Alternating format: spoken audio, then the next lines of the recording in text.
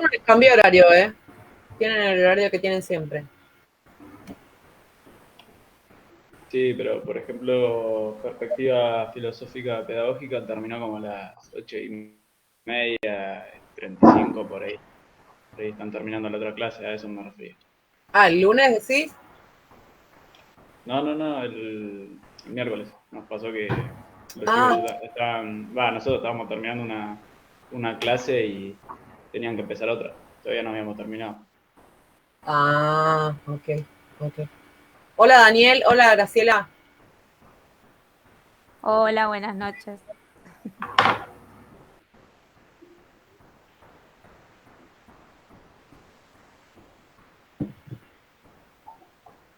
Pero igual si estaban en otra clase, ¿por qué ustedes no están?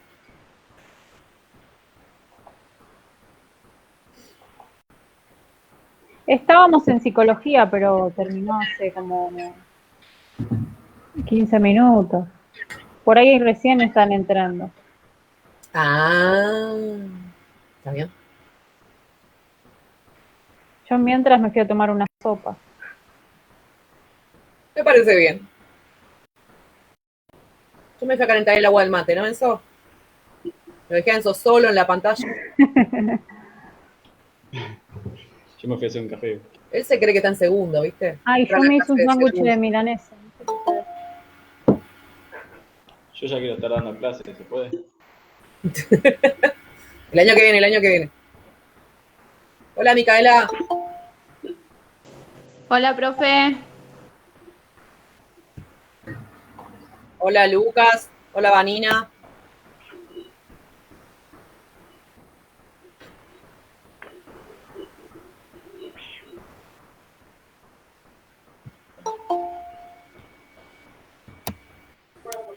Hola, buenas tardes a todos. Hola, María Laura. Hola, Fleitas. Hola, profe, ¿cómo está?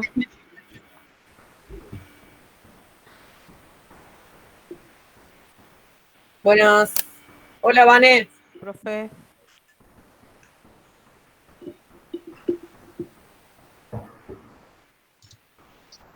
Tenía silenciado el micrófono. ¿Qué tal? Buenas noches. ¿Cómo están? La Hola, profe. Hola, profes. Claudia. Hola, Mora. ¿Todo bien? ¿Qué tal? ¿Todo bien? ¿Qué nivel de inteligencia?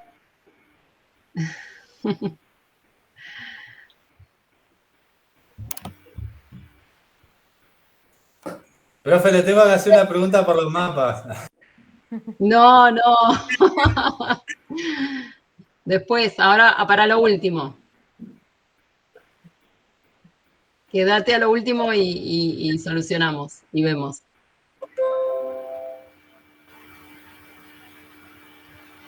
¿Por qué no Bueno, lo creo que ya pudiste hacer? No, los estoy haciendo, pero hay muchas dudas. La verdad, varios tenemos Ah, dudas. bueno. Ok. Igual después vamos a hablarlo, si no.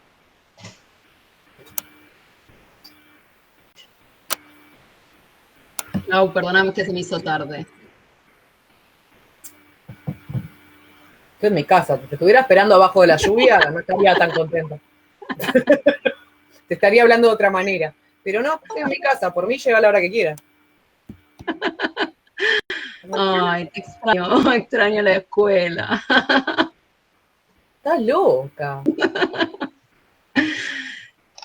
No, profe, ¿Qué clase de amante de la educación extraña la mirá escuela? si tenías que ir hoy con esta lluvia, profe. Y sí, es una buena excusa para salir de casa, volver tarde. Ah, extrañas otra cosa. Hola, Astrid. ¿Hay estufas en el 104? ¿Hay estufas? ¿Funcionan? No, hay una calefacción central que funciona por zonas, depende del año. Caldera hay. No hay estufas. Calefacción central. Claro, pero no, pará, porque vos decís calefacción central y da como un nivel de... Depende Parece por la UNKI, zonas, no. te puede tocar. Si te toca... No.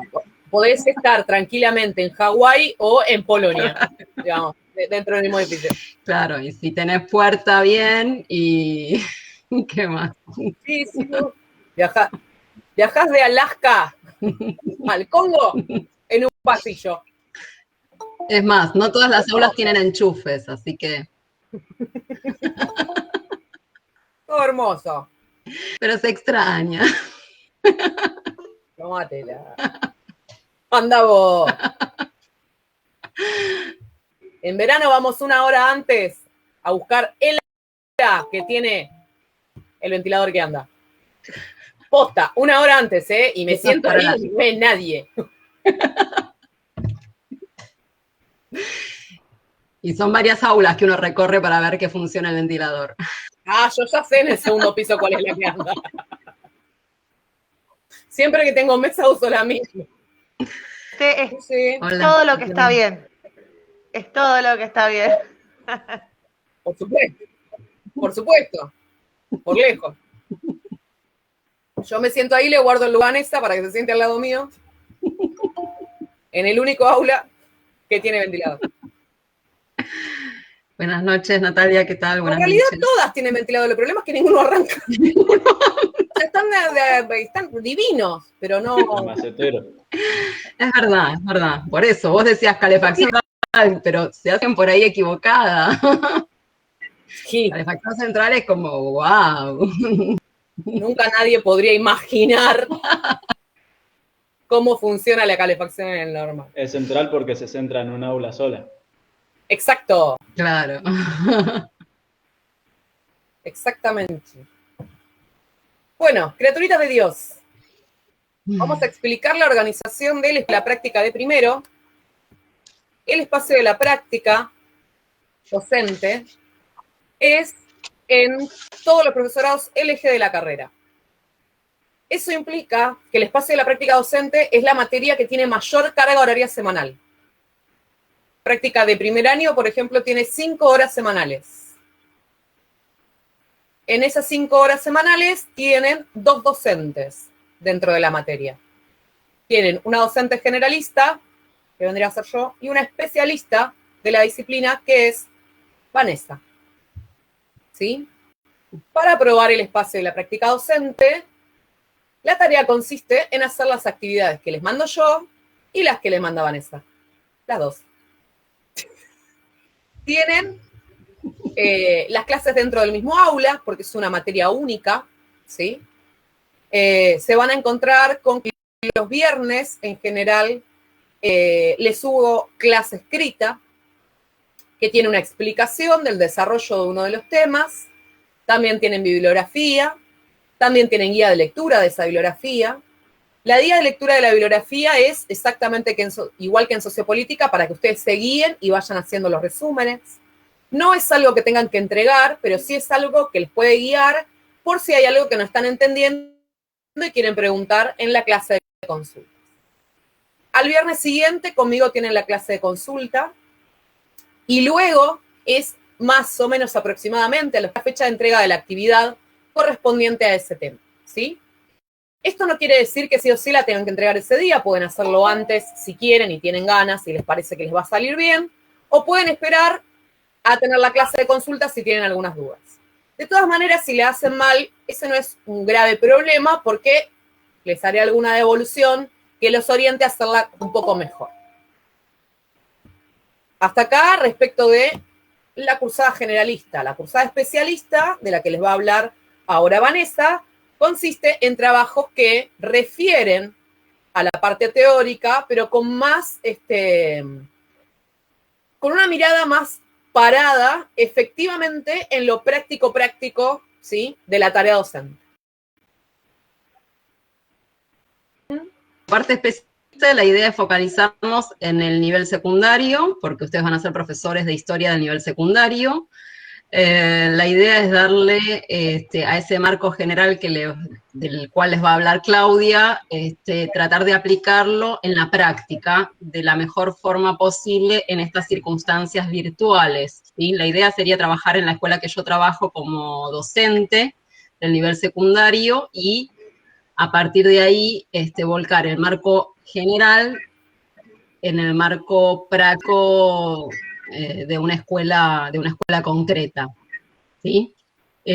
Van a ver la parte de reglamentación, el marco general, de reglamentos, el estatuto docente y algunos ejemplos del estudiante en el nivel secundario.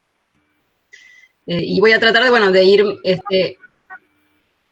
ir a la par de lo que vaya explicando Claudia en el marco general, ¿sí? ¿Se entiende más o menos la idea? Si estamos hablando de la institución escolar, bueno, los ejemplos van a ser en relación a la institución escolar, ahí vamos a introducir el marco general y la reglamentación. Si vamos a hablar del sujeto dentro de la escuela secundaria, bueno, quién es ese sujeto, cómo trabajamos con el sujeto adolescente en la escuela secundaria, y algunos ejemplos desde mi lado. Y la idea es complementarnos, o yo complementar el marco general. Sí. Básicamente el objetivo es que ustedes puedan ir atravesando lo que observan con la teoría. Es decir, lo que ven en la práctica con la teoría que explica esa situación. Ese marco general, tal cual. Ese marco general. Es decir, ejemplo, ¿no? Por ponerles un ejemplo.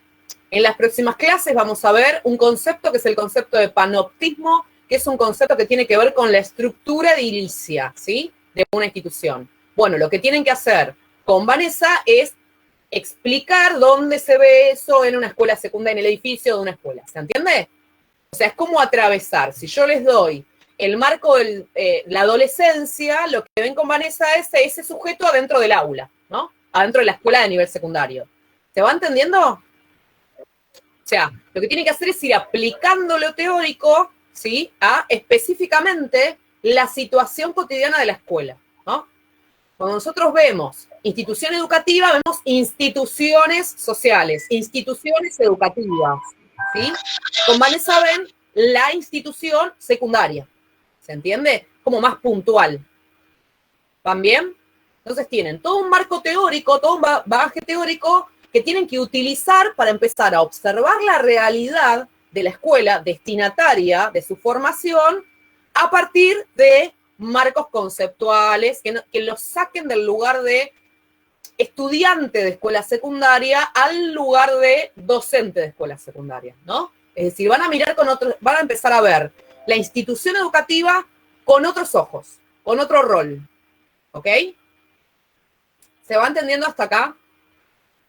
Como no tenemos mucho edificio que poder ir a visitar en este contexto, lo que van a hacer es tratar de buscar referencias, ¿sí?, de instituciones educativas del nivel secundario por las cuales ustedes efectivamente pasaron. O sea que algo de eso vieron, aunque más no sea como estudiantes. Ahora lo que van a hacer es volver a revisitar esa institución con otra mirada, con un marco teórico que les permite ver cosas que antes no veían. ¿Ok? Darse cuenta de cosas que antes no se daban cuenta, básicamente. Porque no era su rol, no era su función antes. ¿Hasta acá se va entendiendo de qué se trata el espacio de la práctica? ¿Sí? Bien. ¿Cómo se aprueba la cursada? Adivinen. ¿Qué hay que hacer? Aprobando trabajos. Aprobando los trabajos. ¿Cuál? Aprobando todo. Sin falta Todos de los trabajos, ortografía. sin falta de ortografía. Muy bien. En el espacio que corresponde. ¿No? En el espacio que corresponde. Si hay un trabajo para entregar, en general, ¿qué hace el sistema? Le genera un documento, pues se entregan en ese documento. Si hay un espacio, si hay una pregunta, el soporte les dice, escribe aquí tu respuesta. Pues escribe ahí, no en cualquier lado, ¿no? Escribe ahí la respuesta. Si hay un formulario para responder, responden el formulario, adivinen qué tienen que poner debajo, enviar, porque si no, no llega. Si no ponen enviar, no nos llega, ¿no? Te responden y tienen que poner enviar. Porque sí lo hice. Bueno, tu computadora lo hiciste, pero yo no lo vi. ¿Se entiende? ¿Seguro? Traten de no hacer en formatos que no se corresponden con la plataforma, ¿sí? No manden fotos de hojas, por Dios. Ustedes la escriben en una hoja, si quieren, como borrador, y después la escriben en la plataforma como corresponde. La tipean en la plataforma. ¿Ok? No le saquen una foto. No se puede corregir arriba de una foto. Es un desastre corregir arriba de una Cuando foto. te la sacan al Es mucha revés dificultad. también. Encima le sacan la foto así. De hablar, sí, sí. Sin luz. Y eso que les advertí, ¿Viste considerando que no sabe? Sí, ¿viste considerando que no sabe? Lo hablamos tampoco en el no meet sabe. anterior. ¿Saben qué? Dejen nomás, dejen. Repito lo del meet anterior, que me parece que se los debe haber repetido muchas personas, pero igual no quita que no lo necesiten. No se copien, no saben copiar. ¿Saben qué? No saben copiarse. Se nota.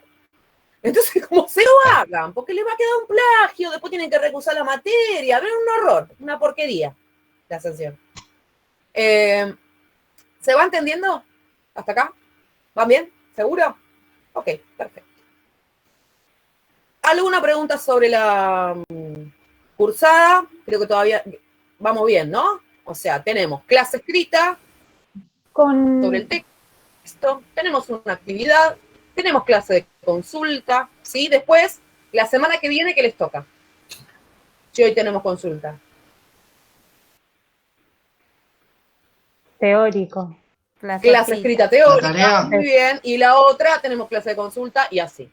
De todas maneras, tienen el cronograma, ¿no? Tienen el cronograma para guiarse, para acordarse qué fecha les toca cuando tienen la sincrónica. Cuando vayan haciendo las guías de lectura, vayan anotando qué es lo que van a preguntar, así no nos desviamos tanto, ocupamos bien el tiempo y ustedes consultan específicamente lo que necesitan, no se quedan con ninguna duda. ¿Está bien? O sea, sean organizados en ese sentido. ¿Ya? ¿Acreditación final no van a preguntar? ¿No les importa? ¿No van a dar al final nada? Con 4, se aprueba. Se aprueba con 4. Muy bien, sí. humilde. Que es como arañar cochinamente la aprobación, ¿no? Pero bueno, sí. Que, ponele. profe, o sea, ahí Sí, no se puede dar libre. Bien, no se No. puede dar libre, perfecto. Y hay que aprobar primero para ir a segundo. Sí. Había como 7 de primero anotados en segundo. ¿Qué hacen? ¿Qué hacen? ¿No dieron primero? ¿Están dando segundo? Yo no sé. La gente está recontra chiflada. No podíamos anotar. Sí, en cuarto también te puedes anotar, pero si no aprobaste primero, no vayas a cuarto. ¿No? No te toca, digamos. 7 tenían. Ay, por Dios. ¿Qué más? ¿Se aprueba con 4? ¿Qué más? Practicantes, los que los que irían a los colegios. En primer año tenés observación institucional, no tenés prácticas, ¿sí? Lo que haríamos en primer año, en circunstancias normales, es observar la institución. Lo que vamos a tratar de hacer es, al marco general que le da Claudia, pasar a la práctica de la mejor manera posible, ¿sí? Bajarlo al nivel secundario, en el marco que están ustedes, en la carrera en la que ustedes están anotados, que es el profesorado de historia, y para profesores de ciencias sociales o profesores de historia, ¿está bien? Pero en primero es observación de la institución. Gracias. Exacto. El eje temático del consulta. primer año es institución educativa, ¿sí? Ese es el eje temático del primer año. Para el caso de primer año, hay menos problemas en la práctica que para tercero, porque terceros sí son practicantes, y ahí sí tienen que dar clase a un grupo, ¿no? O sea, tenemos menos problemas, porque en realidad lo que nosotros observamos en primer año es la institución escolar. No, ni siquiera entran al aula en primero. No observan clases, ¿entienden? Entonces no nos molesta demasiado si vamos a ver el edificio vacío o si vamos a ver una foto del edificio. ¿Se entiende? Más o menos lo que quiero decir. O sea, no es tan grave para primero. Te complica si esto continúa en tercero y en cuarto, que es donde hacen las residencias, las prácticas, tienen que dar clase. Ahí es un poco más complicado, ¿no? Pero bueno, estamos viendo de formarlos desde primero para el entorno virtual, para que puedan dar clases, por lo menos en el entorno en el que efectivamente ahora están dando clase los docentes del nivel secundario. ¿Se entendió hasta acá? ¿Sí? Es decir, para primero, calma, porque no hay tanta diferencia entre la cursada presencial y esta, la virtual. No hay tanta diferencia. No es abismal, ¿sí? Obvio que no es lo mismo, pero no es tan complicado reemplazarlo con algo virtual. ¿Se entiende? ¿Seguro? O sea, de hecho pueden ver videos de instituciones, digo, hay miles de maneras de acceder a la información, ¿sí? Bien, eso respecto de primer año. No se hagan tanto problemas que van a andar, vamos a ver casi todo lo que vemos en el programa generalmente, ¿sí? El año pasado se pudo hacer, así que estaba más complicada las otras prácticas que la de primero. Bien, ¿preguntas pues acá? ¿El final es oral? Vane. Sí, todos los finales son orales. Así que... Sí, en general sí. En general sí. Los finales son una acreditación. Para el espacio de la práctica, ustedes hacen bastante durante el año, bastante. Así que la acreditación final, si ustedes vienen haciendo los resúmenes, si vienen haciendo las actividades, etcétera, no resulta tan compleja. No resulta tan difícil, porque ya lo vienen armando a lo largo de la cursada. Traten de no ir colgando temas, porque ahí sí, cuando llega al final, se les recontracomplica. ¿No? Con cosas que no, que no les dejaron de lado. Entonces, ¿no vamos a usar bibliografía y nada de eso? Sí, Guillermo, está en el cronograma. Ah, sí, lo chusmeé, sí, es verdad. Igual yo les voy a agregar un poco más. Sí van a usar bibliografía, sí van a usar guía de lectura. La diferencia es que el trabajo es más un trabajo de interpretación de la bibliografía en un contexto práctico y menos teórico que sociopolítica.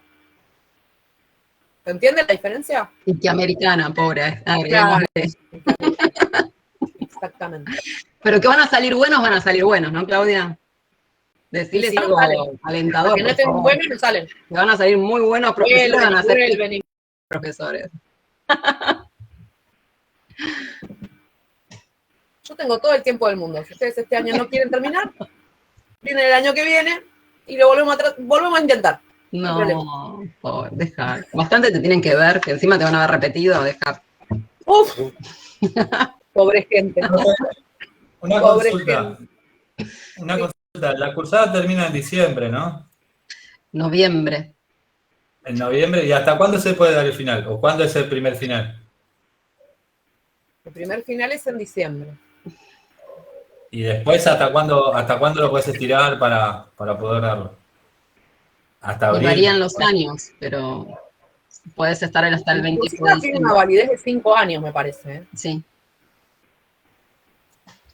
Con 3 oportunidades. La idea no son 5 años, pero digo, el segundo final sería en abril. El primero es en diciembre, la segunda instancia sería en abril. El segundo es en febrero. La instancia, hay 2 instancias en diciembre, pero este año no sabemos cómo va a ser, todavía. No sé si va a haber 2 instancias de final o una sola como el año pasado. Todavía no se sabe. Si no, generalmente en circunstancias normales tenés una a principio de mes y una a fines de mes, más o menos, calculale así. ¿Entendés, Víctor? No sé este año cómo va a ser, si van a dejar una sola instancia de final o va a haber 2 instancias. Por una cuestión de organización, claro. Distribución.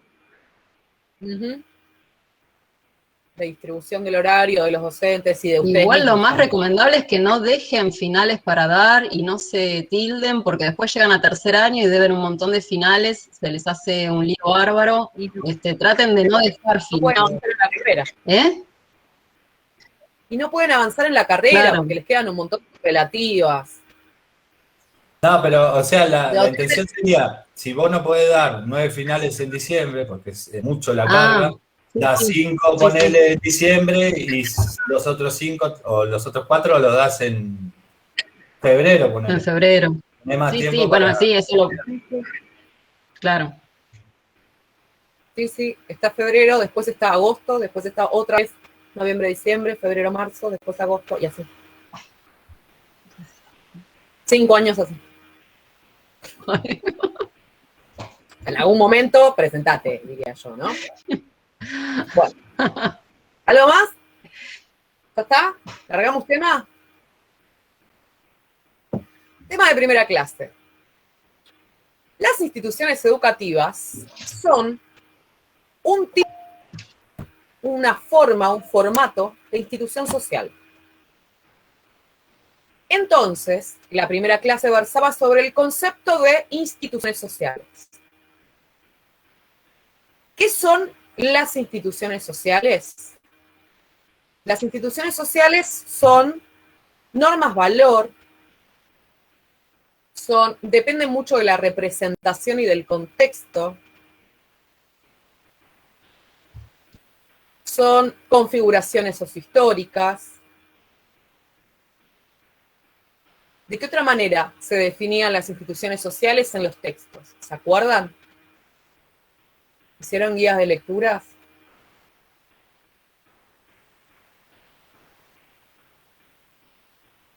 Las caras. ¿Vos viste las caras cuando le dije que hicieron guía de lectura? Había que hacerle guía de lectura, diría yo. ¿Lo puedo decir en voz alta? Profe, son las guías que había dado de dispositivos institucionales, eran 2. Sí. Ay, sí. Son las únicas que hay igual, Elizabeth, porque tenemos clase 1. Las únicas guías que hay, esas, ¿las hicieron? Es una red simbólica. ¿Puede ser, profe? Es una red simbólica, muy bien. ¿Qué más? En general, una institución tiene a ser una práctica cotidiana y frente a la cual olvidamos su genealogía, olvidamos su génesis, olvidamos su momento de surgimiento, el para qué apareció, ¿no? En el contexto en el que apareció. Algo que está institucionalizado, Profe, sí. A mí me llamó la atención cuando habla como del montaje de la revolución industrial, Claro. la cinta, como algo que pasa y se repite, Ajá. que tiene que ver con lo que... Exactamente, exactamente. Hay un contexto en el cual institucionalizamos, ¿sí?, estas costumbres o estas cotidianeidades. El proceso de institucionalización los convierte en objetos culturales, frente a los cuales ya no nos hacemos tantas preguntas. Y este proceso es un proceso de olvido y por tanto de naturalización, ¿no? Por ejemplo, la institución escolar es una institución naturalizada. Ya a esta altura de la historia, prácticamente todos los estados nacionales tienen instituciones educativas, tienen distintos formatos sus sistemas educativos, pero todas tienen escuelas, ¿no? De distintos niveles, que permiten una apertura y no otra, que permiten que vayan algunos sujetos, etcétera, pero todos entienden lo que es una escuela. ¿Se entiende? Eso es una institución social. Por otro lado, pensamos que otra institución conocemos. Bueno, conocemos, dijimos, los estados nacionales. Prácticamente todo el planeta en este contexto histórico está dividido en este tipo de instituciones. Estados-nación, ¿no? ¿Qué tienen? Como característica, límites, tienen territorio, ¿qué más tienen? Costumbres, poblaciones, ¿no? Maneras de pensar la realidad, historias, reglas, ¿no? Leyes. ¿Qué más? Un idioma. Idiomas, muy bien. Y el propio sentimiento de pertenencia a esa nación, ¿no? También. La patria. Sentimiento de pertenencia cultural, que incluso forma parte de ese sujeto a tal punto de que aunque se mude, ¿no?, de Estado-nación, aún así puede seguir teniendo ese sentimiento de pertenencia. ¿Se entiende hasta acá? ¿Seguro? ¿Qué más tienen? Sí. Bueno, tienen objetos simbólicos, ¿no? Como sus banderas, sus escudos. Una religión. La religión. Ahí tenemos otra institución social, ¿no? Las iglesias, las religiones en sí mismas. ¿Qué otras instituciones sociales conocemos? ¿Vieron? Están como normativizadas, ¿no? Las fuerzas de seguridad. ¿Cómo? Las fuerzas de seguridad, la policía, seguridad. el ejército. Exacto. ¿Los próceres, profe? Más o menos. no tanto. Algunos, otros no. El almacén donde sacamos Digo, cuidado. hay como, sí, depende de cuál hablemos, pero en general, lo que quiero decir es, la institución social es algo frente a lo cual nosotros ya nos representamos su función, ¿no? Tenemos como una representación en la mente de para qué es. ¿Se va entendiendo? ¿Qué función cumple en la sociedad? ¿Para qué está ahí? ¿Cómo será? ¿Puede ser la familia también? La familia es otra institución social. Muy bien. Todas esas instituciones están normativizadas. Son normas, ¿no? Que compartimos, culturales, que nos atraviesan. Es decir, que nos hacen pertenecer o no a esa institución social. ¿Está bien? Que nos configuran como sujetos en esa propia pertenencia. Por ejemplo, en una institución escolar no es lo mismo la configuración del estudiante que la configuración del docente.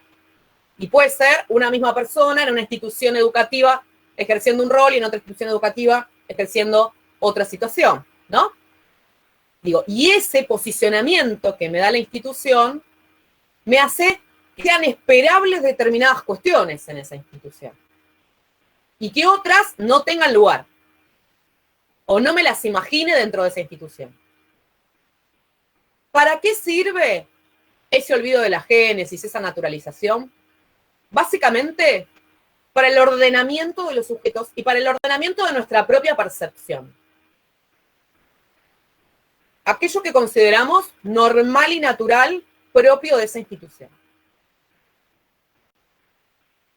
Ahora, las instituciones sociales, por supuesto, son constructos históricos, ¿no? ¿Cómo las analizamos?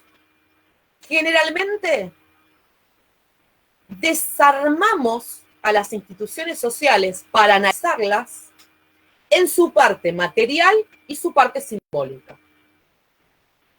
¿Acá se va entendiendo? Pero cuando nosotros vemos una institución, vemos todo junto.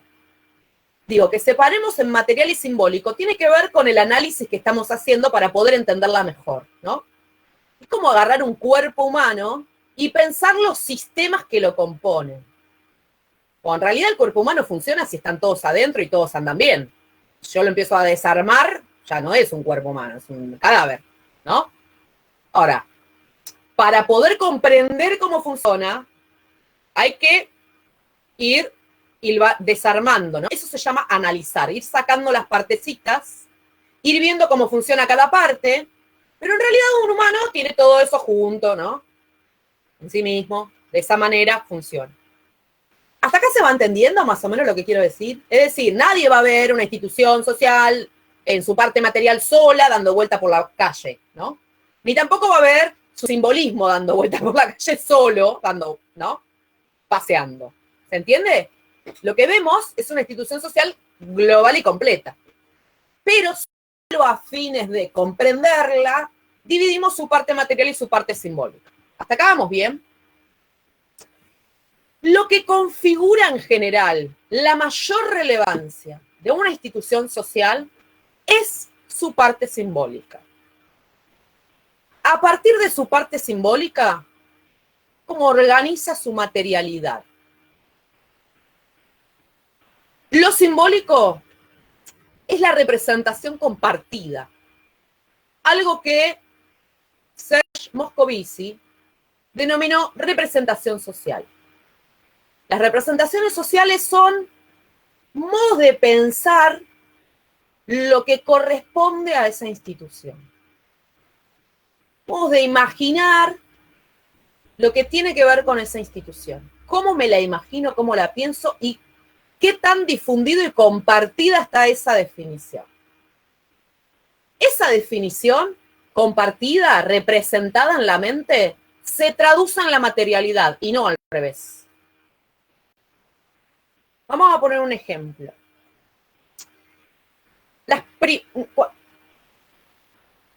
Vamos a hacer al revés. Definan ustedes una familia. ¿Cómo está constituida una familia materialmente?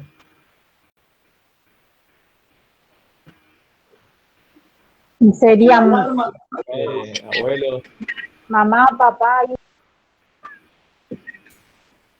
o Mamá, ahora hijo. mamá, hijos, papá, hijos.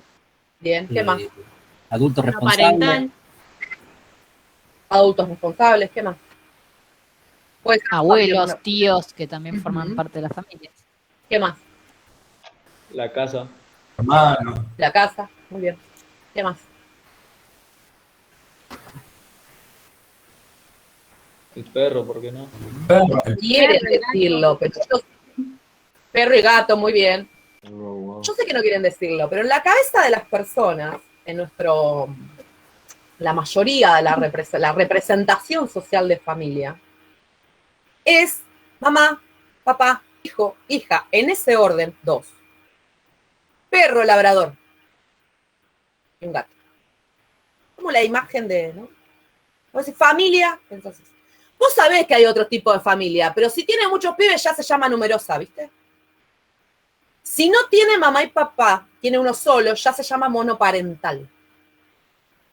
Cuando yo le agrego un nombre, estoy pensando que familia es la otra, porque por algo le estoy poniendo un nombre a esa otra que es diferente. ¿Se entiende? O sea, la reconozco, pero ya le puse otro nombre. Con lo cual, en realidad, la representación social que tengo en la cabeza es otra. ¿Hasta acá se va entendiendo? Bien, eso es una institución que a pesar de saber que prácticamente el 30% de la población en el último censo está configurada de esa manera la familia. 30% de la población en la Argentina tiene esa configuración familiar, el resto no es así. Y sin embargo se nos representa esa. ¿Se va entendiendo? Esa es la representación, esa es la parte simbólica de la familia. Que además está constituida en función de lazos afectivos, heterosexuales y filiales, ¿no? Se supone que la familia está constituida por lazos de afecto potentes. ¿Se entiende hasta acá? ¿Seguro? Bien. Sí. Ahora, ¿por qué digo que esto primero es una representación y luego se traduce en la materialidad? Que las familias estén constituidas por un matrimonio, que es otra institución, es decir, un varón y una mujer, que además hayan contraído un contrato, ¿no? Hayan hecho un contrato, hayan contraído matrimonio, es bastante novedoso en la historia. Eso en primer lugar. En segundo lugar, digo, que además eso esté registrado por el Estado Nacional, imagínense, existe a partir de que existen los estados nacionales y existen los registros civiles. Antes de la creación del registro civil, eso no funcionaba de esa manera. Los únicos que hacían registros de casamiento eran las iglesias. Hoy, si vos te casás por iglesia y no vas al registro civil, no tiene validez legal lo que hiciste. O sea, está bueno si querés, pero no tiene validez legal. ¿Se entiende? El que legaliza es el Estado. ¿Hasta acá se va entendiendo? ¿Seguro? Por otro lado, está la cuestión de 2 o 3 hijos. Si tenés más, es familia numerosa. Bueno, eso comienza a ser la normalidad a partir de que existen los métodos anticonceptivos. Antes eso no era la normalidad. ¿Cómo va a ser normal?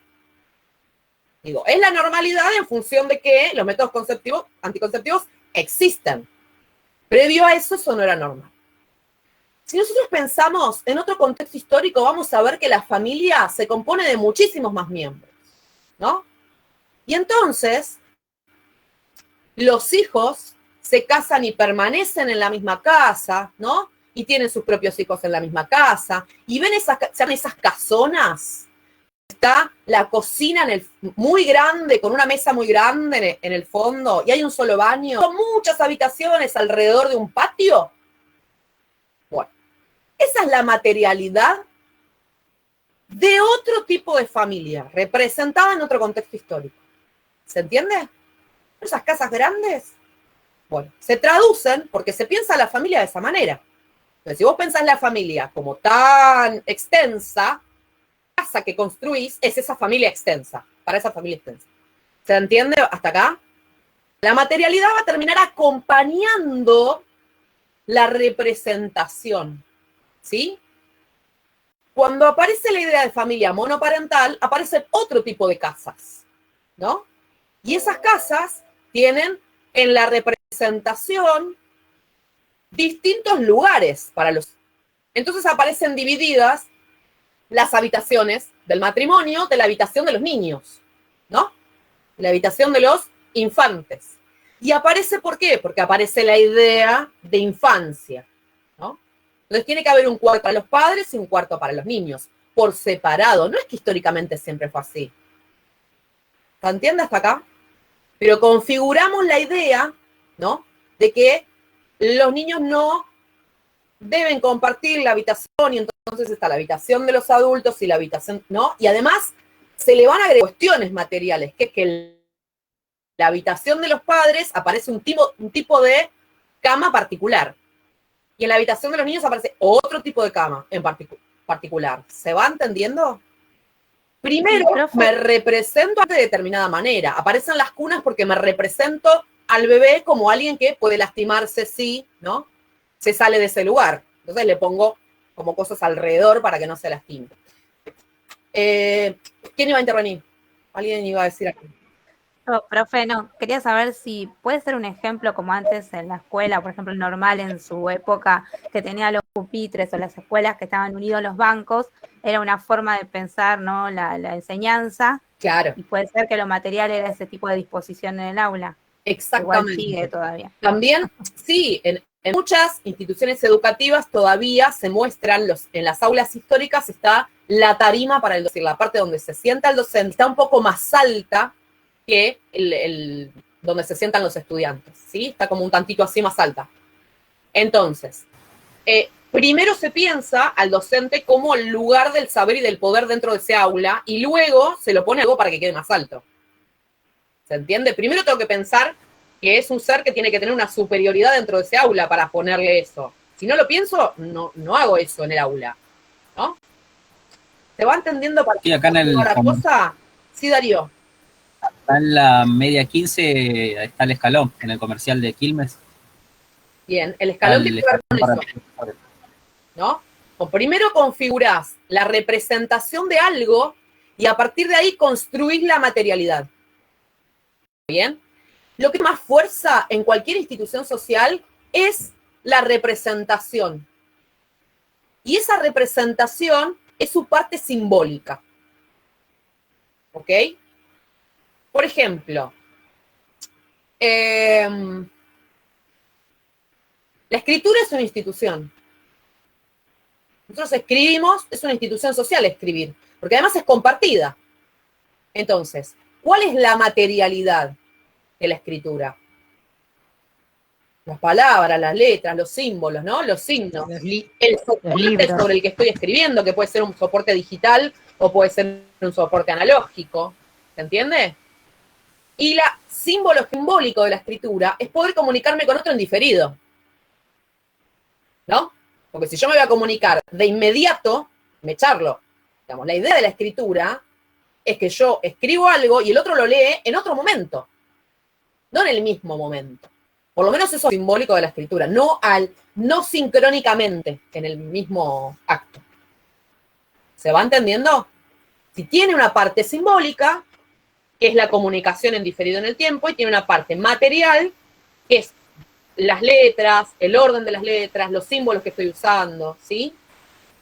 Y es lo mismo para cualquier tipo de escritura. Así que en chino, en coreano, lo que varía es la materialidad.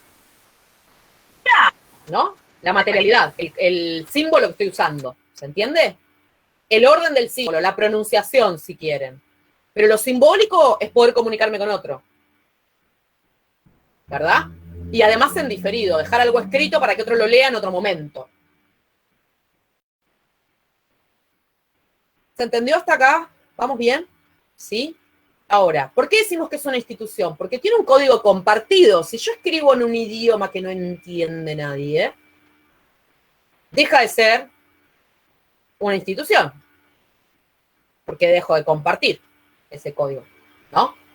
Yo hago un montón de dibujitos para comunicarme con ustedes. Ustedes me van a decir, ¿qué quiso poner? ¿No? ¿No hay nada más simbólico? Profe. pero por lejos que la escritura. Por lejos. Porque las letras, ustedes imagínense la palabra casa, ¿no?, en su cabeza. No se parece nada a una casa real, ¿no? Imaginen la palabra edificio escrita en su cabeza. No se parece a un edificio. ¿Entienden? Es súper abstracto el lenguaje respecto del objeto al cual refiere, ¿no? Y sin embargo, lo entendemos. ¿Se va entendiendo hasta acá?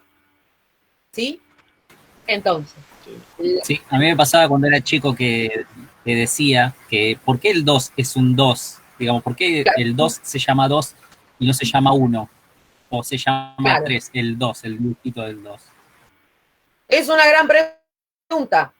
Y le no, haber puesto otro nombre, claro. Digo, otras culturas le dicen tú. Digo, ya está. Y se llama así. Y sigue siendo el mismo signo y el mismo número y la misma cuenta de objetos, ¿no? El mismo numeral de objetos. Hasta acá van bien. Van entendiendo lo que es una institución, ¿sí? Una institución social, además, como es una norma de representación social compartida, atraviesa la vida de los individuos, ¿no? En esa institución social, familia, no es lo mismo para un sujeto ser el hijo que ser el padre, ¿no? Ser la madre que ser la hermana, no es lo mismo. No es lo mismo el rol, no es lo mismo la función, y una persona puede ser todas esas cosas. Pero el lugar que ocupa en esa familia depende de si está en la casa de los padres o si está en su propia casa, etc. ¿No? Con lo cual, atraviesan la subjetividad. Lo que me interesa recuperar en este caso del concepto de institución social es esta idea que es muy relevante para su formación, que es recordar que toda institución social se da en un contexto histórico y se configura en un contexto histórico y luego lo olvidamos o lo naturalizamos. La cuestión de que existan edificios escolares no quiere decir que necesariamente la educación pase por ahí, cuestión que ya vimos en socialización, ¿no? Vimos socialización primaria, secundaria, terciaria, no es el único y específico lugar de la educación. Es un modo de educación, ¿no? Formal, estructurado, etcétera, etcétera, que tiene un sentido, mientras las otras instituciones tienen otros sentidos. Pero no es ni más ni menos que otra cosa. Por lo tanto, clase 1 de espacio de la práctica, y ustedes ya saben, ¿no? 15 días de carrera, y ustedes ya saben que no es lo mismo escuela que edificio, ¿no? Escuela es una cosa, edificio es otra cosa. ¿Cierto? O hay gente que todavía no entendió. Simbólico, y decir edificio es algo material. O sea, no sería eso. No, la escuela tiene su parte simbólica y su parte material. Pero el edificio, ¿no es parte del material de la escuela? Podría serlo, pero la escuela tiene su parte simbólica y su parte material. La escuela en sí misma tiene su parte simbólica y su parte material. Toda institución tiene su parte simbólica y material. ¿Sí? La familia, la parte simbólica es el lazo afectivo, el cuidado, ¿no? Todo eso es la parte simbólica. La parte material no es solamente la casa. Ustedes son parte material de esa familia. No solamente el edificio, ¿eh? Ustedes mismos son material de la familia. ¿Se entiende o no? Ustedes son los sujetos de esa familia que hacen esas cosas, que ejercen esos roles, que sean. Que hacen esas cosas, que ejercen. Pero entonces también somos los sujetos del edificio, de la escuela, de la institución. Claro que sí. La institución educativa, en este momento, ¿cuál es su parte material? No puede no tener parte material. Los alumnos, nosotros, el edificio. Alumnos, los docentes, los alumnos, ¿y qué más? ¿Qué parte material más? O el celular. Exacto. Claro, el medio de comunicación. El aula virtual. Esa es la parte material actual de la escuela, el aula virtual. ¿No? No es un aula física, es un aula virtual, sigue siendo un aula. Sigue siendo un aula, ¿por qué? Porque hay docentes, porque hay estudiantes, porque hay gente que está aprendiendo, porque hay conocimiento circulando, porque hay explicación, hay actividad. Eso no es educación formal, eso. No está pautada, no está cronometrada, digamos, o sea, organizada en temas, ¿sí? Dividida en bloques de temas con semanas destinadas a consultas. Todo eso está armado, está planificado, está organizado. Ocupan un rol, nosotras ocupamos el otro rol. Pero la parte material existe. Que sea en sus casas no quiere decir que no haya materialidad. Algún medio tiene que haber. Si no existe el medio, tampoco está la escuela ahí, ¿no? No está llegando la escuela ahí. ¿Se entiende? Es decir, que la escuela, la institución escolar, puede llegar, ya sea porque tenés conexión a internet, ya sea porque te llevan las tareas a casa, ya sea porque te alcanzan fotocopias y trabajos prácticos para hacer, ya sea por distintos métodos que han utilizado los docentes para aproximarse a los estudiantes que no tenían conectividad. La conectividad es un modo, ¿no?, de materialidad escolar, pero hay otros modos de materialidad que de hecho han sucedido, no es que no suceden, no es que a las maestras les da lo mismo y dicen, bueno, si no se conectan, ¿no? Pero en general... Hay mucho en la plaza, por ejemplo. ¿Cómo, Víctor? Perdón, de nuevo. Estar en una plaza con muchos alumnos dándole una clase es lo mismo que estar acá también, ¿o no? Exacto, hay una materialidad ahí que es ese espacio físico de la plaza. También están los estudiantes, también hay un docente. Hay conocimiento circulando, hay alguien que está enseñando, hay gente que está aprendiendo. Ahí tenés una escuela. La escuela es una institución social. La escuela no es un edificio. Edificio vacío no es una escuela. Una casa vacía no es una familia, chicos. ¿No? ¿Un departamento vacío es una familia? ¿No? ¿Se va entendiendo? ¿Sí? Hay espacios materiales que resultan más o menos cómodos que otros para las familias, ¿no? Por supuesto que la materialidad de la calle no es un buen lugar para una familia. Y sin embargo, existe la materialidad, ¿no? Por supuesto. Ahora, eso, aunque esté en la calle, esa institución sigue siendo la familia, sigue siendo una familia.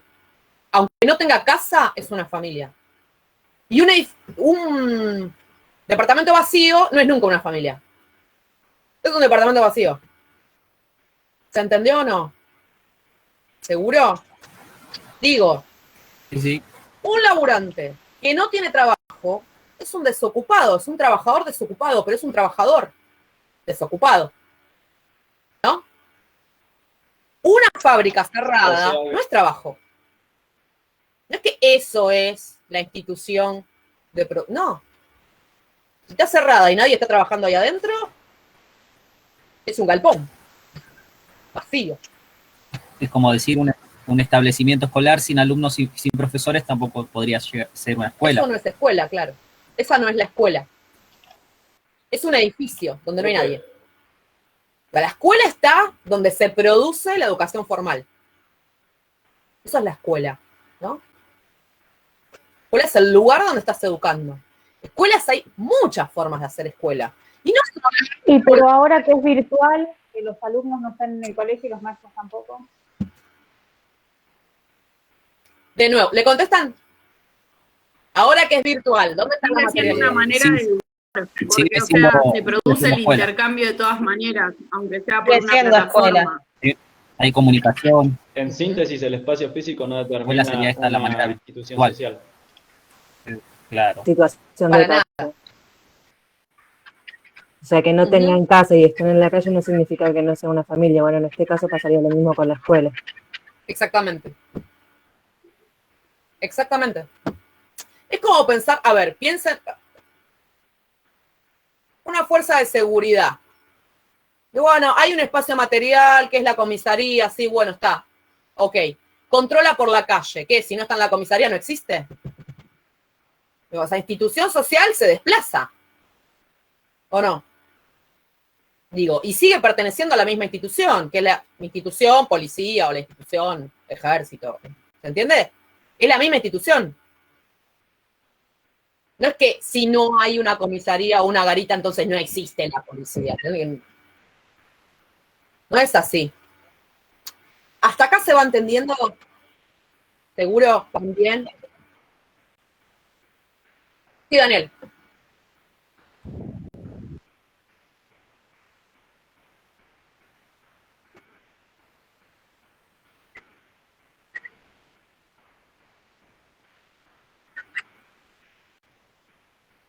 A eso, exactamente, a eso y a la materialidad que la rodea, que la hace funcionar de una manera particular.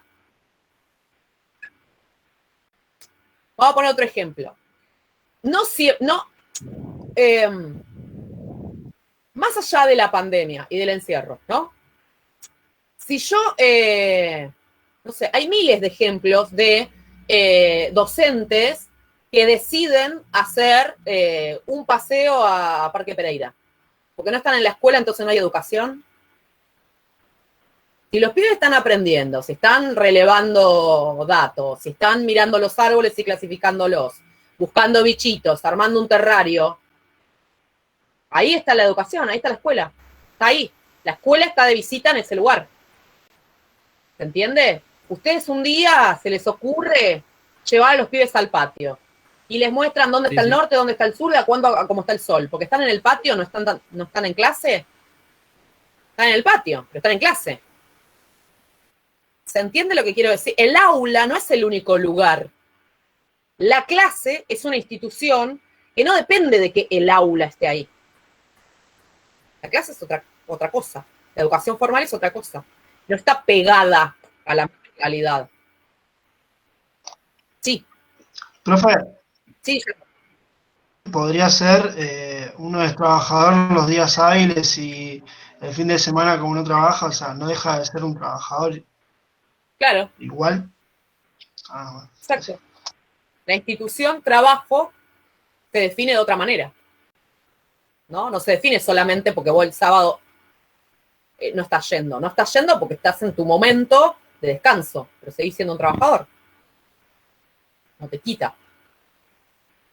Lo mismo que si tenés un feriado, que si tenés un asueto, etc. ¿Se entiende? Profe. Sí. Profe. Significa que la parte simbólica no varía, que lo que varía es la parte material. La parte simbólica varía a lo largo del tiempo. Se puede ir representando de manera diferente. Recién hablé de la familia y viste que a lo largo de la historia fue variando la representación familiar. Lo que la convierte en institución es esta idea, bueno, muy romántica, ¿no? Precisamente de ese contexto histórico, de que las relaciones matrimoniales se construyen en función de afecto, ¿no? Cuestiones afectivas. Bueno, eso está institucionalizado. Previo a eso, las relaciones matrimoniales tienen que ver con otra cosa, ¿no? Una cuestión más de económicas incluso. Da como un contrato con otra situación, con otro tipo de pensamiento. Incluso la idea de que haya cosas que son específicas para los niños tiene que ver con la construcción histórica de la idea de infancia. Pues si ustedes se ponen a mirar a lo largo de la historia, lo que van a ver es que no siempre los niños fueron pensados como infantes, sino que eran adultos pequeños. Se los trataba exactamente igual que un adulto, solo que más chiquito. Se pensaba que era cualitativamente distinto, sino solo cuantitativamente.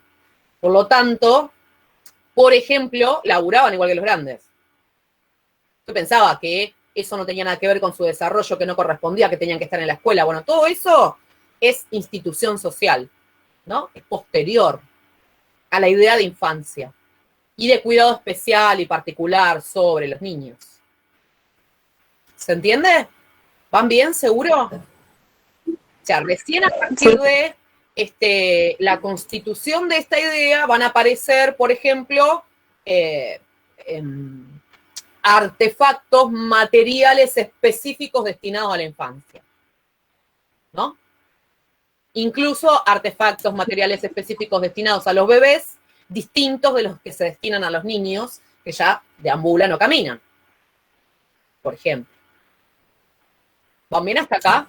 Profe, Sí, y por ejemplo, la representación del 25 de mayo, póngale que antes se usaba mucho usar una escarapela el 25 de mayo, y eso cada vez se va perdiendo más.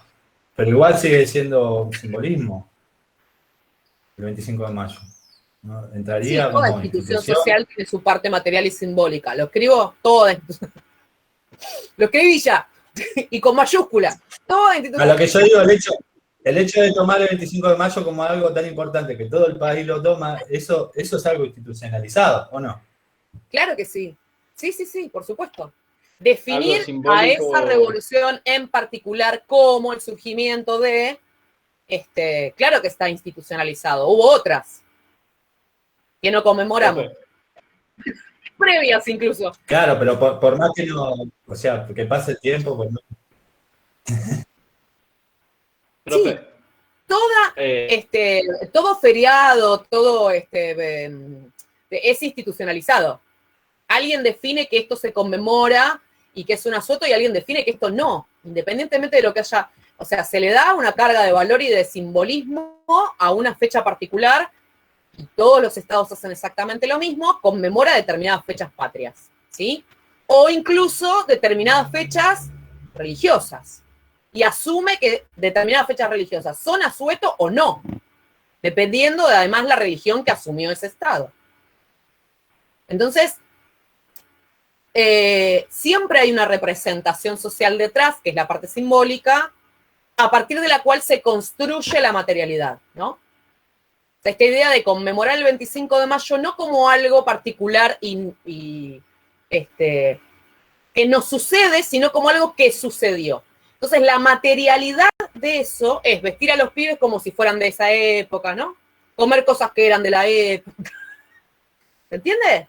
¿Y todo eso con qué tiene que ver? Bueno, con que el simbolismo es conmemorar un hecho histórico, ¿no? Entonces, si yo represento como algo histórico, entonces lo que hago es la representación histórica del momento. ¿Está bien? En la materialidad, lo traduzco en la materialidad. Sí, ahí lo entendí, eso era a lo que yo me refería, quería llegar a eso, ahí ya lo entendí bien. Ok. ¿Preguntas hasta acá? Entonces, ¿se va entendiendo lo que es una institución social, que nos va atravesando a todos, que tiene sentido cuando es compartida esa representación de alguna manera, que esa representación instituida hemos olvidado de dónde surge y entonces la confundimos como algo que sí o sí es así, la empezamos a naturalizar, ya no sabemos ni por qué, ¿sí? Y lo empezamos a hacer de esa manera porque ahorramos decisiones de ese modo también. Y por otro lado, se traducen en la materialidad siempre, ¿no? Se traducen en la materialidad. ¿Van bien hasta acá? Yo quería hacer una pregunta, profe. Sí. Siempre va a tener una parte simbólica y una parte material. Claro. Es imposible que no tenga una parte son como material. los dos laditos Siempre de una cosa moneda. material. Yo quería preguntarle algo. Sí, Enzo. Sosteniendo que una institución se genera cuando se comparte algo, como estábamos diciendo el idioma, ya que el idioma genera una conversación, bueno, que una institución pierda algo simbólico o algo material no afecta a que deje de ser una institución mientras se mantenga algo que se comparte. Claro. Esa sería más o menos como una definición, por así decirlo. Sí, sí. Buenísimo. Por otro lado, también dijimos, son siempre construcciones sociales, históricas y culturales. Es decir, la configuración, por ejemplo, de la idea de matrimonio no es lo mismo para las culturas que son poligámicas. Configuración social de esa idea es diferente, de esa relación. Podés tener un ¿no? simbolismo de cómo podría ser una familia, pero eso no quita que si no es como el simbolismo que tenías vos de la familia, no deje de ser una familia. Es simplemente No, una claramente sigue siendo una clasificación. familia. Lo que digo es que eso nos representa en la cabeza cuando pensamos eso. Es como si yo te dijera, No es una institución, aclaro, pero como para que ustedes se den una idea. Cuando yo les digo la palabra mesa, lo que a ustedes se les viene en la cabeza en general, cuando les digo la palabra mesa, es una tabla que tiene 4 patas, ¿no? Es una tabla que tiene 4 patas. Y yo estoy segura de que ustedes saben lo que es una mesa ratona, lo que es una mesa de dormir, lo que es una mesita para poner arriba de la cama, lo que es que hay mesas redondas, que hay mesas que tienen una sola pata, que hay mesas que tienen 3. Ustedes eso lo saben. Pero lo primero que se les cruza por la cabeza es una tabla, incluso cuando no sea ni siquiera la que tienen en su casa. Tienen otra, ¿no? Digo, de esa manera es como compartimos representación. Ahora, esas representaciones sociales configuran nuestro modo de pensar, ¿se entiende? Nuestro modo de pensar y el primer esquema que tenemos cuando se nos refiere a algo, cuando se nos refiere una institución. ¿Qué imaginamos que sucede dentro? Profe, ¿serían estereotipos? ¿Serían como estereotipos? Sí, son bastante estereotipadas las representaciones sociales. Tienden a configurarse en estereotipos, sí, socioculturales. Digo, pero la mesa vendría a ser algo material que compone una institución, ponele. En la escuela, en la institución de la escuela hay mesa. Ahora nosotros tenemos que pensar una mesa como una institución, en lo que tenemos que pensar es la representación de la mesa en la cual ponemos cosas arriba para compartir, etcétera, etcétera, etcétera. Eso sería lo simbólico, claro, ¿no? ¿Cuál sería la utilidad que le estamos dando? Pero les digo, no es en sí misma una institución, porque cuando nosotros pensamos la mesa, en general pensamos la materialidad y no todos compartimos su funcionalidad. Se vuelve institución cuando es usada por los humanos. Las instituciones son creaciones humanas. Son creaciones humanas. Profe, sirven para ¿la institución siempre es social? Claro. Sí. Es una producción. Claro, no existiría otra institución que no sea social. No. Listo, genial. No existen instituciones que no sean sociales. Son todas producciones humanas, de contexto, con un sentido, ¿sí? Y se institucionalizan en ese proceso en el que olvidamos la génesis. Ahora, el proceso de institucionalización tiene 2 partes. Lo instituido y lo instituyente. Wow, 2 palabras nuevas. ¿Por qué tengo tiempo?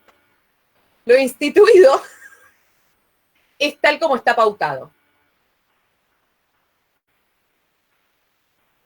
Y la fuerza instituyente es la modificación de esa norma, de esa norma institucional. O instituida. ¿Cómo dijo, profe? Perdón.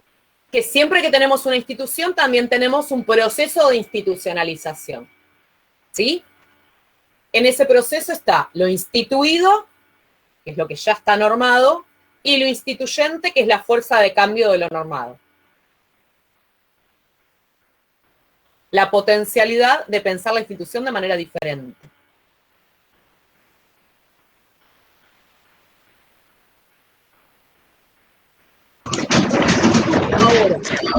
Un ejemplo puede ser el matrimonio igualitario, ¿no? Porque antes estaba como... Claro, sí, puede ser, tal cual. Lo que está instituido es que el matrimonio se da entre 2 personas y que tiene que ser heterosexual y que además tiene que estar atravesado por el amor romántico, etcétera, etcétera, y con la funcionalidad de la procreación, además, porque a eso estaba destinado el matrimonio, ¿no? A la crianza en parejas de las futuras generaciones, ese es el sentido del registro. Pensar el matrimonio separado de eso ya es una fuerza instituyente. ¿Ok? Ahora, esa fuerza instituyente se vuelve instituida cuando ya está normativizada, cuando está normada, cuando está permitida, cuando está legalizada. ¿Ok? ¿Van entendiendo lo que es instituido e instituyente? Ahora, instituyente no es lo mismo que transgresión de la norma. Vamos a poner un ejemplo en la escuela. La escuela puede estar instituido no usar la gorra dentro del aula. Eso puede estar instituido. Instituido quiere decir que ya está normativizado, que está dentro del acuerdo de convivencia de la institución, que figura en un reglamento, como ustedes le quieran llamar. Está escrito, ¿no? Está instituido quiere decir que está escrito.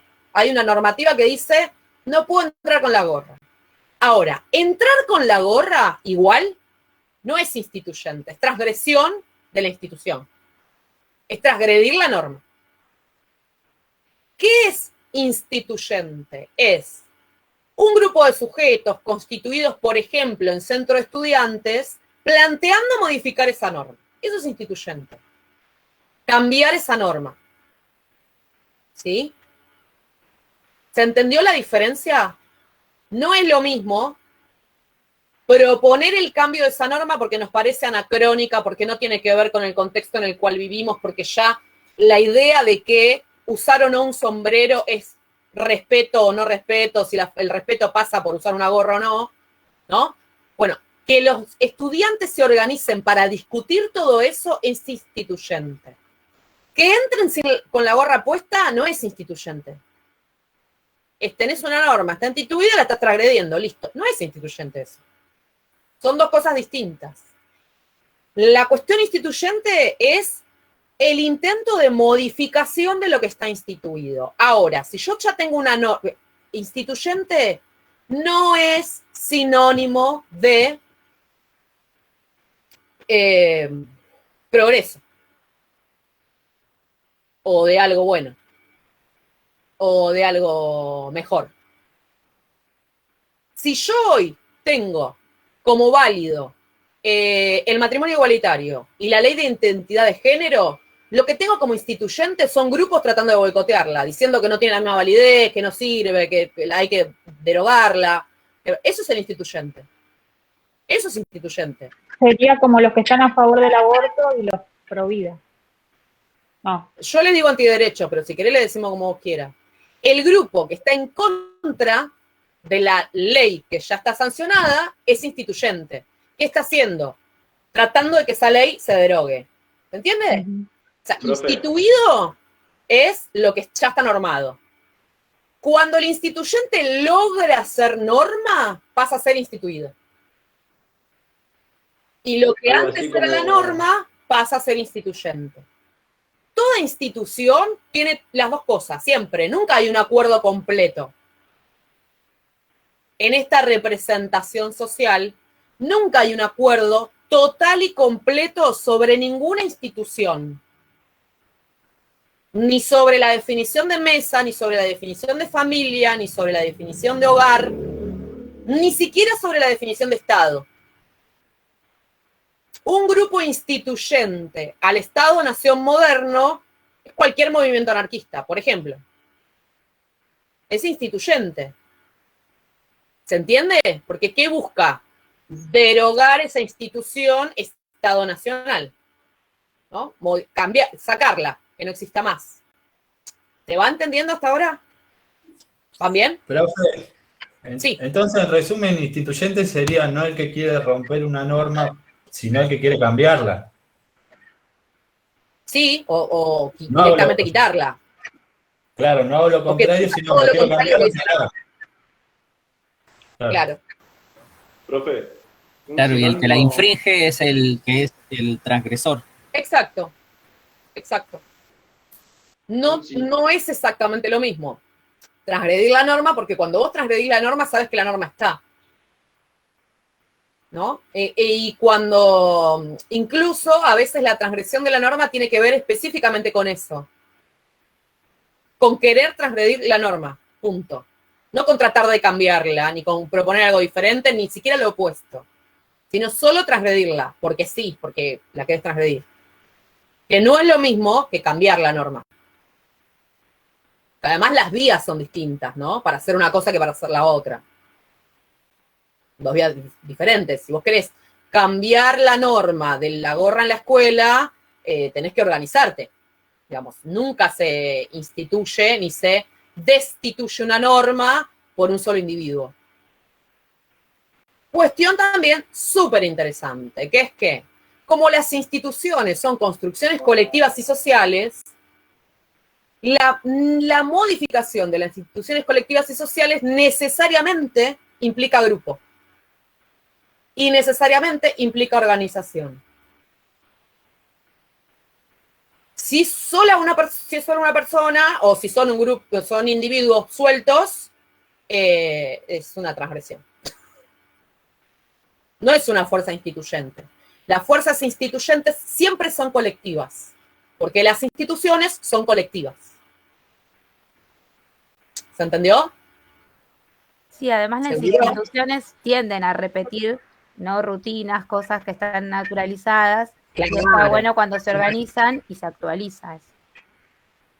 No siempre está bueno. Bueno, sí, es muy positivo lo que pienso. Vuelvo al ejemplo del matrimonio igualitario.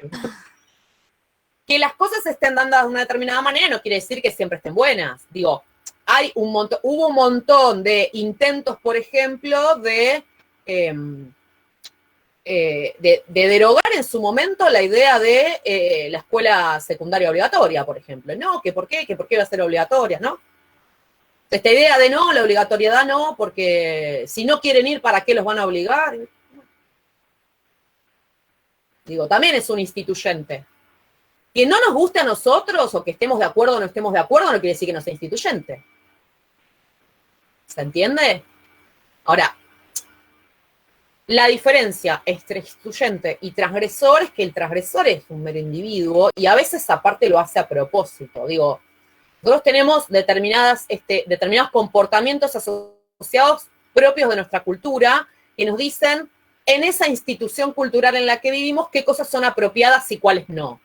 Ejemplo, cuando vos terminás de comer, en una cultura musulmana, si no erutás, sos un maleducado, porque para ellos eso es una forma de expresión de agradecimiento de que estás satisfecho y que disfrutaste la comida y que te llenaste. Entonces, si no lo haces, vos sos un maleducado. En nuestra cultura, sos un maleducado, sos un provecho fuerte en cualquier contexto, incluso después de comer. Incluso cuando es algo natural y propio de tu sistema digestivo, ¿no? Entonces, tratás de disimularlo. ¿Se entiende? Ahora, cuando un adolescente está dentro del aula y se manda un eruto, no es un musulmán, chicos, es un transgresor a la norma. Y lo hace a propósito para joder. ¿O no? No es que, ay, no, y te dice, ay, no, porque en otras culturas hay que erutar. Ah, te estás jodiendo. ¿Entienden la diferencia entre transgresión e instituyente? ¿Está claro ahora? Profe. Que se vaya a vivir a Turquía, dígale. Sí, sí. Buen dato. Profe, igual tengo de los una pregunta. musulmanes, No. Sí, Emma. Tengo una duda. Durante la época de la segregación racial, muchas veces las fuerzas instituyentes también tomaban medidas transgresoras de transgresión para apoyar eso. Quiere decir, había, por ejemplo, las personas negras no podían entrar a un lugar y entraban igual a la fuerza. Sí, pero en realidad esa cuestión termina funcionando cuando se vuelve colectiva. O sea, la modificación de esa segregación implicó la organización de la comunidad negra. No es que un día los blancos dijeron, bueno, sí, la verdad que sí, esta persona, ¿no? Significa que esa acción ya sería instituyente. Claro. No es que un negro entró una vez, digo, ¿no? Tuvo que haber una organización previa. Sí, Luz. Un ejemplo muy claro es cuando en 1980 en los bares gays de Estados Unidos se entraban solamente los hombres gays blancos. Los negros, por más que fueran gays, no podían entrar. Era para hombres gays solamente blancos. Y tuvieron que empezar a organizarse. Sí, en realidad la comunidad negra se tuvo que organizar para todo lo que quisiera, incluso para ir a la escuela. Sí. No solo para los bares gays, digo, para poder acceder al sistema educativo se tuvieron que organizar. Para poder votar se tuvieron que organizar, para tener derechos civiles se tuvieron que organizar. Y hasta el día de hoy se tienen que seguir organizando porque no nos mate la cana. Digo, hay un montón de cosas para las cuales se organizan. Pero no se trata de un negro peleando contra toda la policía de Estados Unidos. ¿No? Colectivo organizado que intenta visibilizar que las acciones que toma determinada fuerza frente a una raza y frente a la otra no tienen nada que ver. Digo, son completamente discriminatorias, ¿no? En un caso y en el otro. O sea que lo que la diferencia es el colectivo y lo individual, digamos. La acción colectiva y la acción individual es lo que diferencia uno de otro.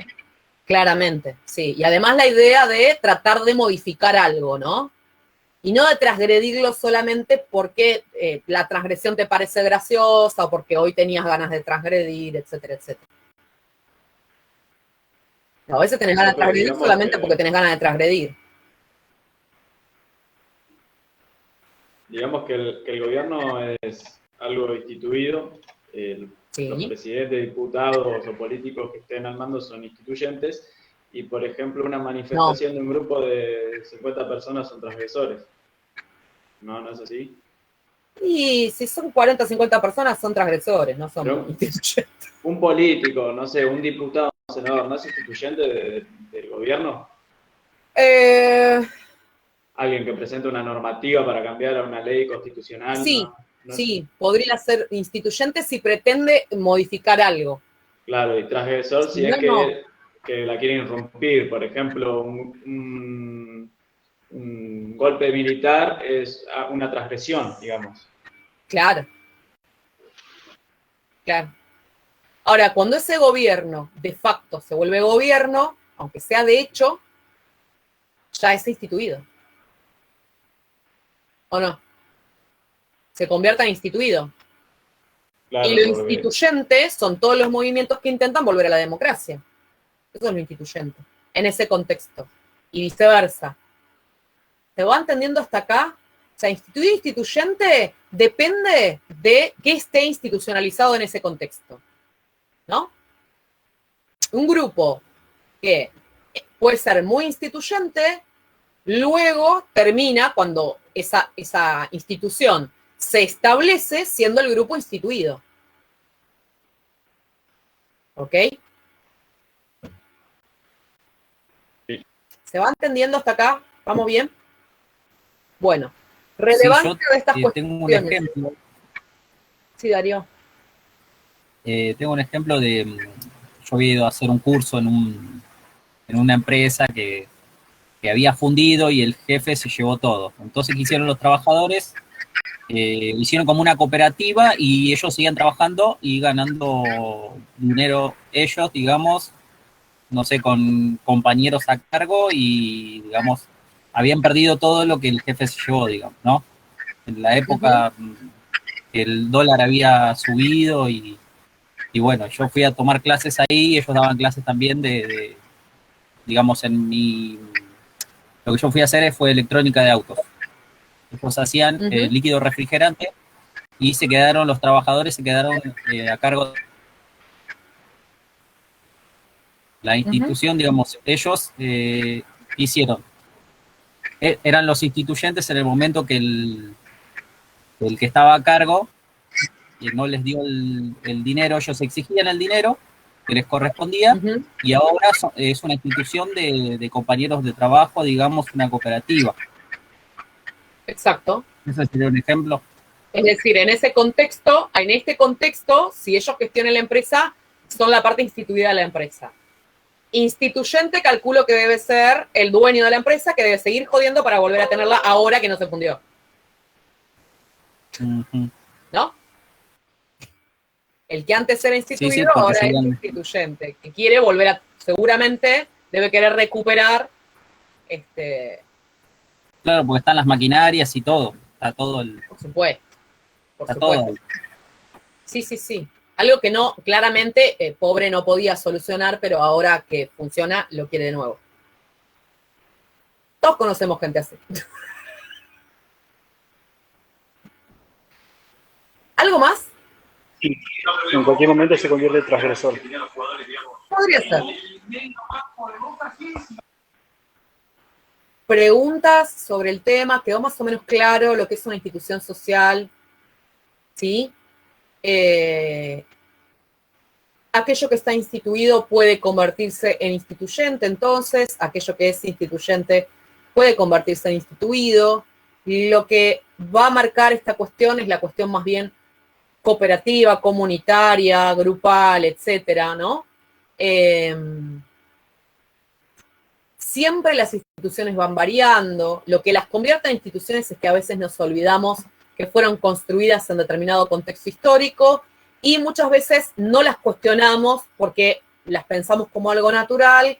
Tenemos que recordar siempre que son construcciones sociales, que el hecho de que hayan sido construidas en determinado contexto histórico y con tal fin no quiere decir que sean inmodificables necesariamente. Quizá hay cosas que se les pueden ir mejorando, ¿no? De acuerdo a la visión que nosotros tenemos sobre los aportes que podemos hacer a esa institución, o modificando, ¿sí?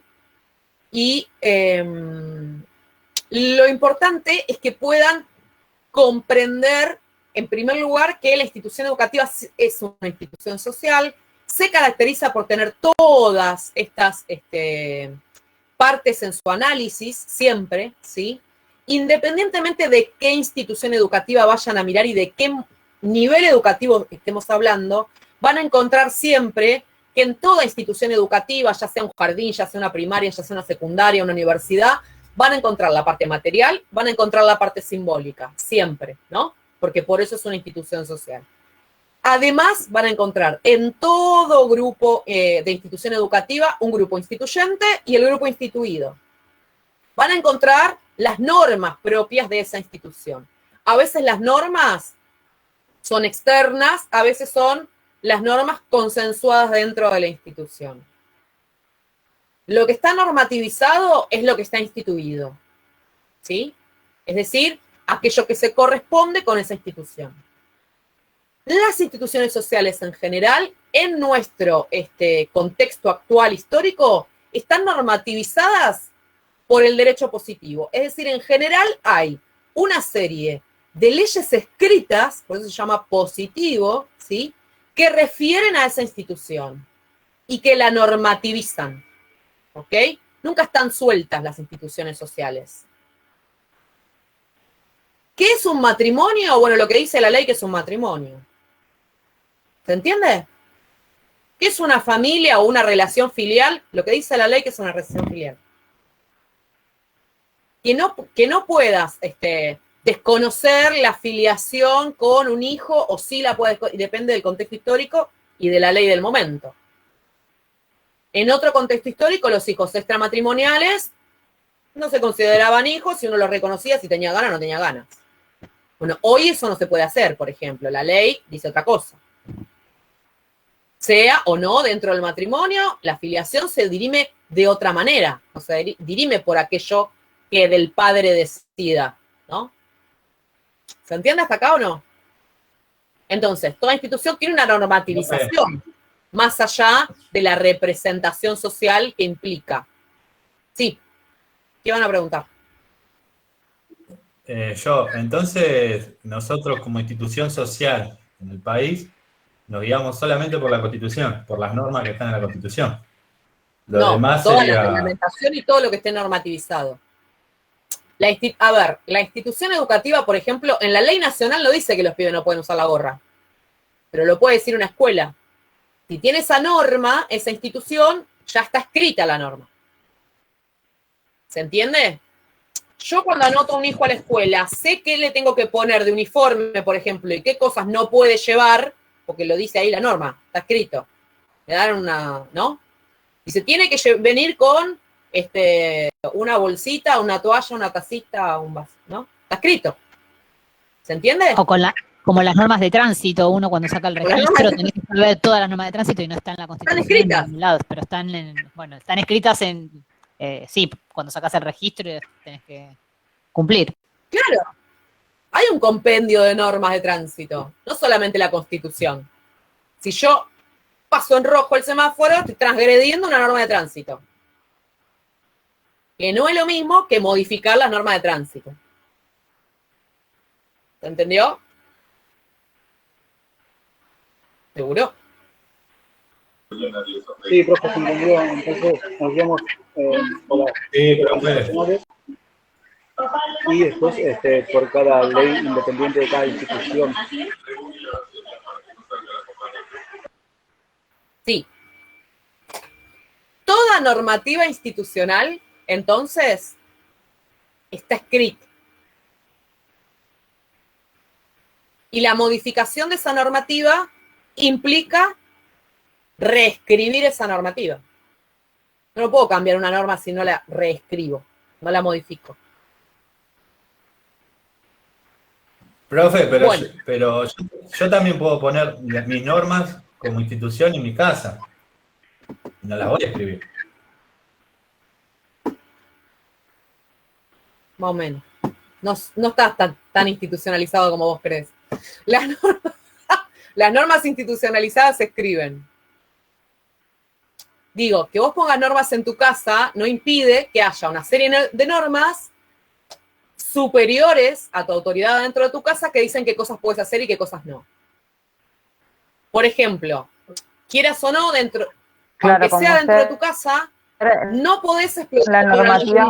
Hay una ley que dice que el trabajo infantil está prohibido en la Argentina. Por tirarte un ejemplo. Por ejemplo. ¿Se entiende? Igual que plantar marihuana. Hasta que no haya una ley que diga que eso no está prohibido, es una transgresión a una norma. Aunque lo hagas adentro de tu casa. ¿Tengo que tirar la planta? ¿Tengo que tirar la planta entonces? Yo no dije eso. Una norma que tiene una institución no puede transgredir.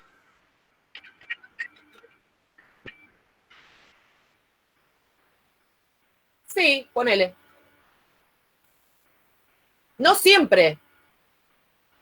Eso es porque ustedes están considerando que viven y que siempre van a vivir en Estado de Derecho. Genial por ustedes, pero la verdad es que cuando hay un gobierno de facto, se acabó la Constitución. Y hay otras normas, y están escritas. ¿Entendió o no?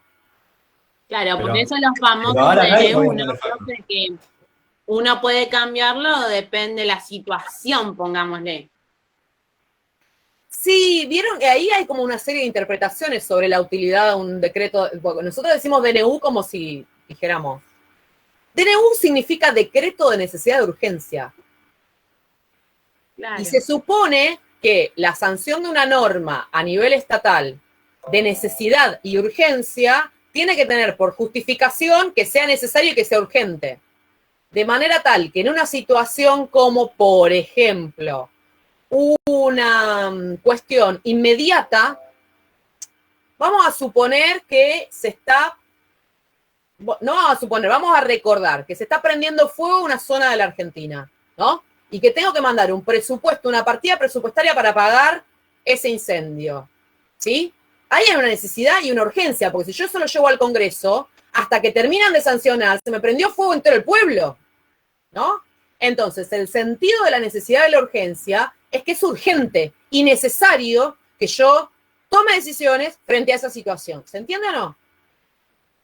¿Sí? El problema es la interpretación que nosotros como ciudadanos hacemos de qué es necesario y qué es urgente, ¿no? O sea, porque hay contextos históricos en los que parece muy necesario y muy urgente, qué sé yo, blanquear capitales de tu hermano, por ejemplo.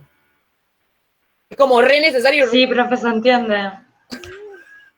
Digo, no sé hasta qué punto, pero se ve que sí, que era necesario y era urgente, ¿no?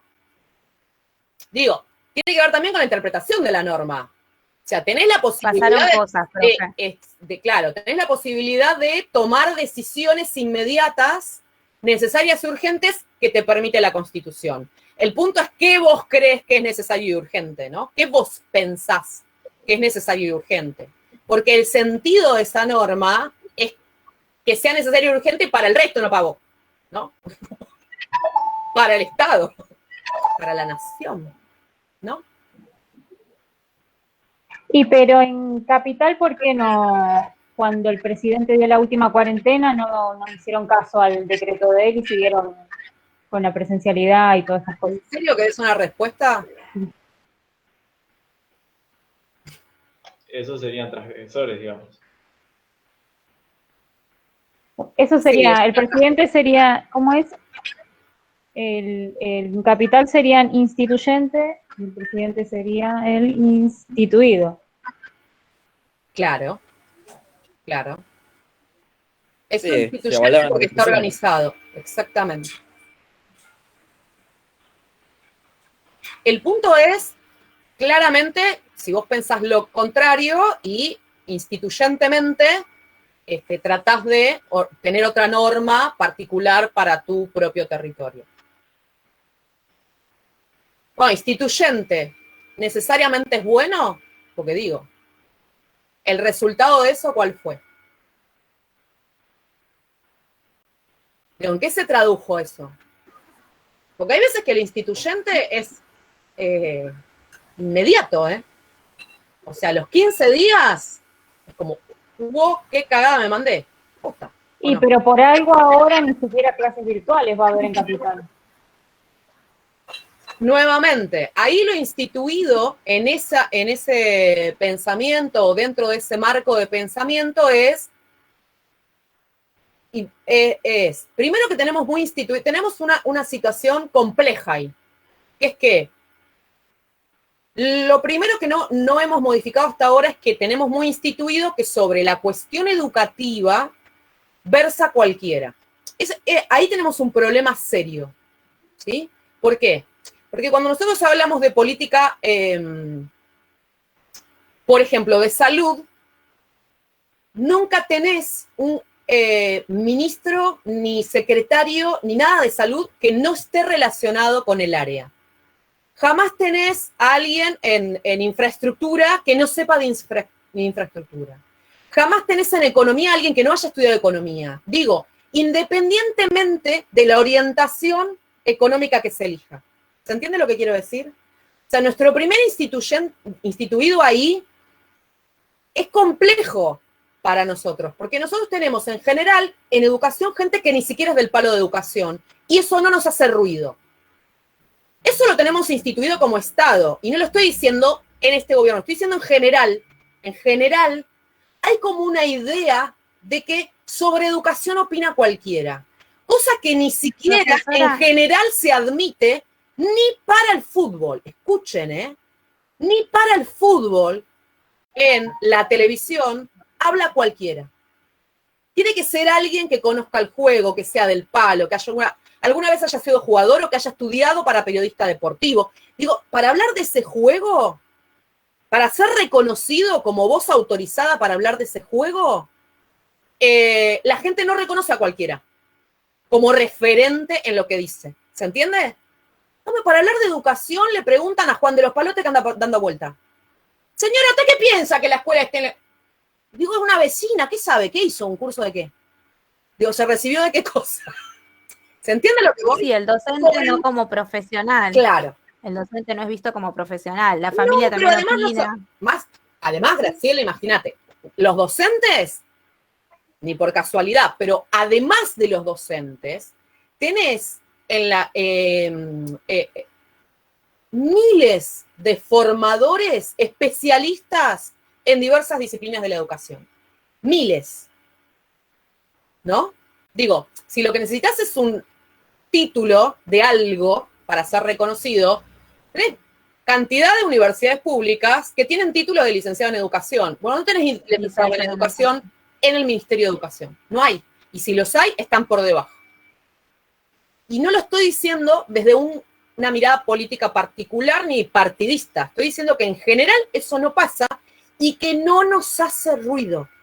Que cuando vemos en la tele que le preguntan a cualquiera sobre cualquier cosa, no nos hace ruido. En cambio, para hablar de epidemias, llamamos epidemiólogos. Para hablar de... A nadie se le ocurre pensar en hacer algo de economía sin consultar a un economista. A esto voy, ¿se entiende? Como que hay un reconocimiento, ¿sí?, instituido de determinados saberes, como que si uno no los estudia, independientemente de la orientación política que salga de ahí, o de la orientación de pensamiento económico que salga de ahí, si uno no estudia eso, uno no puede hablar de ese tema, ¿no?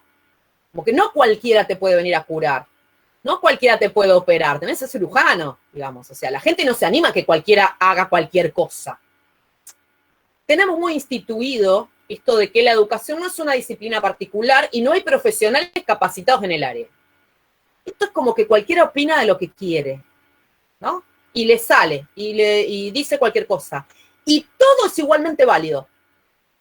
Pero ahí tenemos un problema serio, instituido en la representación social de cuál es la validez, ¿no?, de la trayectoria académica de los profesionales de la educación.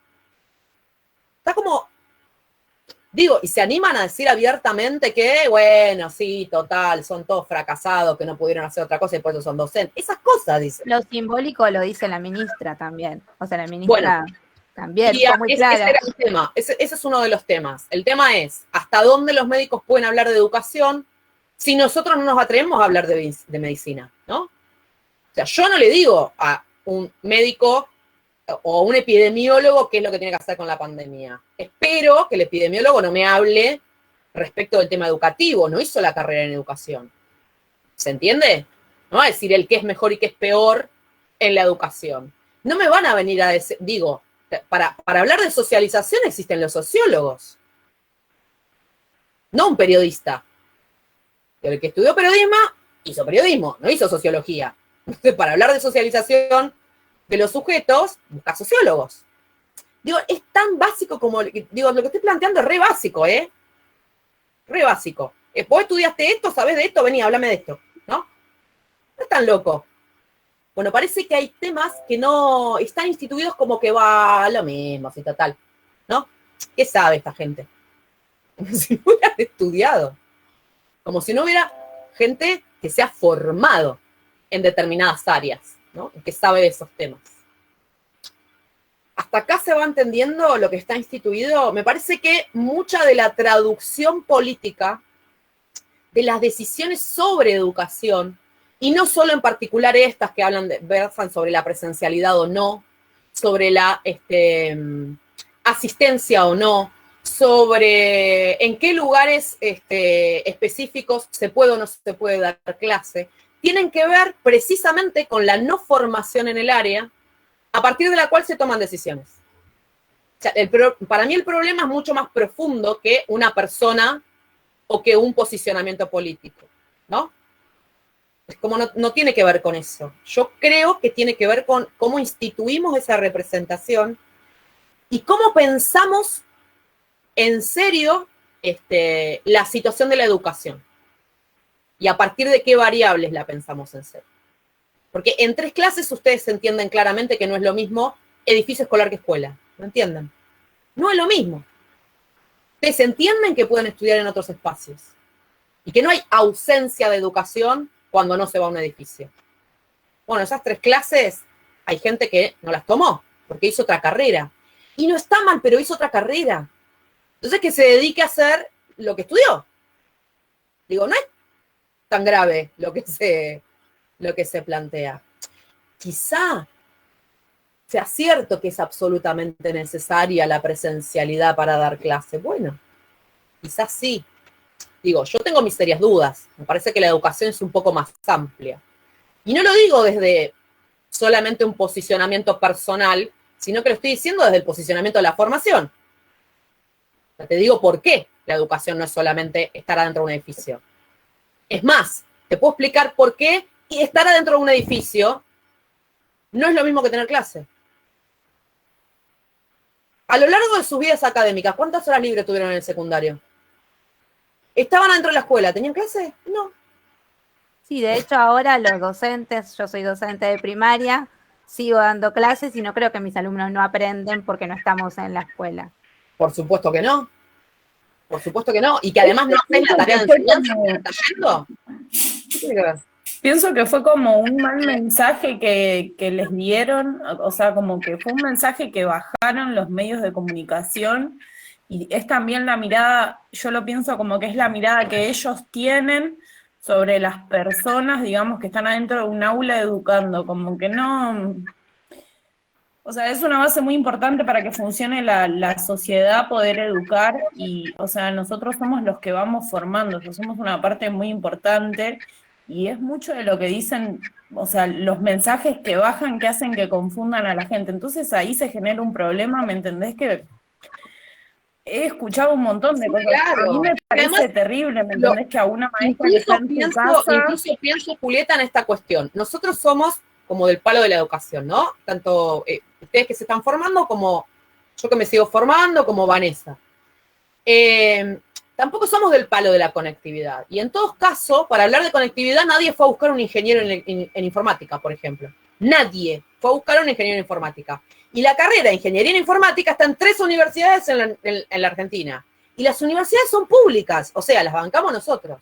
Y el sentido de tener gente formada en determinadas disciplinas y que el Estado banque esa formación es que luego esa gente devuelva esa formación, ¿no?, a la población, ejerciendo su rol. ¿Se entiende lo que quiero decir? O sea, claro, que lo retribuya como para que se arme otra vez la pelota. ¿O por qué preparo biotecnólogos? ¿O por qué bueno, porque el desarrollo, ¿sí?, de la producción de esos objetos culturales, etcétera, debería redundar en el desarrollo de mi propia nación. Para eso estoy bancando esas universidades. Ahora, el tema es que a ninguno de nosotros se nos ocurre, adentro de nuestra casa, inventar una vacuna. Y a nadie de nosotros se nos ocurre inventar una vacuna porque no estudiamos el tema. Y además, a ningún loco se le va a venir a ocurrir comprarnos a nosotros la vacuna por más que se nos ocurra inventarla. ¿Se entiende o no? Digo, está absolutamente desvalorizado el conocimiento en educación. Recontra. A cualquiera dice cualquier cosa y todo es válido. ¿No? Es como todo el mismo valor. Algo así, profe, como cuando los profesores piden un aumento, como en cada comienzo de ciclo, y aparece gente diciendo, pero si laburan 5 horas, pero esto, pero lo otro. Pero si vos no sos docente, ¿por qué opinás? Vos ejerciste docente, ¿qué sos, ingeniero y qué te formó un docente? Pero no podés hablar y opinar así porque sí. Además, no solo desde el más absoluto desconocimiento del ejercicio de la docencia, sino sobre el más absoluto desconocimiento del ejercicio de la economía y de la vida cotidiana. Porque si nosotros levantamos como docentes, que somos el primer colectivo sindical que firma los convenios, levantamos la vara, el resto también empieza a cobrar más. Entonces, ir en contra de los docentes, la verdad, como laburante, es no solo desconocer los docentes, sino que además desconocer cómo funciona la economía en la Argentina. Ser ignorante, ¿no? ¿Se entiende a lo que voy o no? O sea, es como pelearte con el sindicato que va primero a pedir el aumento. Va primero. Si vos sos el sindicato que viene delante, tonto, ¿no? Si yo te lo subí a 30, vos pones 35. Pero si a mí me dan 5, vos te van a dar 10. ¿Se entiende? ¿O no? Yo soy medio... Pero bueno, creo que hay gente así. También, digo, tiene que ver con esto que estaban mencionando recién, sobre cómo esa representación aparece en función de lo mediático, ¿no? Lo mediático es como un coro de representaciones sociales, muchas veces... representaciones minoritarias, pero con mucho ruido, ¿no? Como que son los menos, pero son los más ruidosos. Entonces, como que se replican, se repiten y se repiten. De hecho, les voy a dejar alguna nota que tengo por ahí bastante actual sobre representaciones sociales y minorías muy ruidosas, para que lo tengan en cuenta. Hay una serie de encuestas que demuestran que la gran mayoría de la población, por ejemplo, tiene determinados ritmos de cuidado. Y sin embargo, lo que vemos constante y cotidianamente es que la fiesta clandestina, que la gente que no se cuida, que la gente que sale, ¿no? Es como que eso está replicado. Encuentran una fiesta clandestina un fin de semana, o 5 o 20, no importa. Pero bueno, el día que encontraron una, a la mañana, a la tarde y a la noche en todos los medios de comunicación. Bueno, a la semana siguiente tenías 2, a la otra tenías 3, a la otra, ahora tenés 40, ¿no? Porque, claro, pasan en la tele. Si pasan la tele, me lo repiten y me lo repiten y me lo repiten, por más que me digan que está mal, digo yo, ¿no? Como que hay un ejemplo ahí de algo que se puede llegar a dar. ¿Se entiende más o menos o no? O sea, como la representación ¿no? Hay una representación muy fuerte de que todo el mundo hace lo que quiere. Yo no creo que sea tan así. No creo que sea tan así, no creo que haya tan poco cuidado y que a la gente le importe tan poco, digo. Pero sí es cierto que como en toda minoría ruidosa, claro, el problema con la minoría ruidosa es que hace desastres con el resto. Termina haciendo cosas fuertes con el resto, ¿no? ¿Se entendió o no? Eso no es lo que dije. Bien, preguntas sobre el tema, sobre la representación social, sobre... ¿Entienden lo que es una minoría intensa? ¿Entienden? Una minoría intensa es una minoría que se repite, tanto que hasta que al final, ¿no? Es como alta rotación en una radio de un tema de moda, ¿no? No es casualidad que ustedes recuerdan Despacito, no, ahora no se la sacan más de la cabeza, ¿no? Aparte se replica con las mismas palabras, uno lo escucha todo el tiempo igual. Obvio. Pero digo, si ustedes les guste o no les guste, la canción Despacito en algún momento se les cruzó por la cabeza, porque es tanta la saturación que llega un momento, ¿no? Que no te queda otra que se te metió en el cerebro, ¿sí? Bueno. Minoría intensa es eso. Minoría intensa no es que a todos... Hay gente a la que le gusta la canción y hay gente que la detesta la canción y a pesar de todo, todos entendemos cuál es Despacito la canción. ¿Se entiende? Eso es una minoría. Sí, profe, se entiende. Excelente. Tiene un impacto por repetición. Claramente. Claramente. Más difundís, más posibilidades tenés de que más gente le guste esa canción. Eso es propagación, digamos. Claro. Claro. Se propaga la idea de que está buena la canción, ¿no? Hay una representación de que es la del momento ya. Además, el primer día que te la presentaron es la del verano. Acaba de salir. Creo que se propagó tanto. ¿No? ¿De dónde sacaron que va a ser un éxito? Lo acaban de largar. Ya está, listo, es un éxito. Es que es verano en Estados Unidos, porque acá es invierno. Sí, o ya saben que te van a partir el cerebro pasándotela cada 5 minutos. Y no va a quedar otra que sea la más conocida. Sí, obviamente hay un estudio para hacer eso, ¿no? Se sabe cómo. Obvio, se sabe cómo sabe. Claramente. ¿Alguien de marketing? Sabemos un poco de marketing. Nos enseñó el tío Goebbels. Ay, cierto, no, yo no podía decir eso. Yo tengo prohibido hablar del tío Goebbels y del tío Adolfo, ¿vieron? Porque como soy Schaffer, todo el mundo hace... ¡Ah! No, Gil, no son parientes. ¿Preguntas? No. ¿Qué tiene que ver la institución con la alienación en Castoriadis? Precisamente tiene que ver con que para Castoriadis es un pensador crítico. Entonces lo que va a decir es que lo que logra la institución específicamente es volverte parte de la institución. Institucionalizar Despacito como el tema del verano te aliena en tu gusto musical. Quizá no es algo que vos querías escuchar en la radio. Pero entonces toda institución es alienante. Para Castoriadis sí. Porque es un pensador que está dentro de la rama crítica. Vemos enfoque de la sociología en un par de semanas. Claro, pero entonces como que estamos todos alienados permanentemente. Dice la corriente filosófica crítico-marxista que sí. Y que existe una sola manera de salir de la alienación.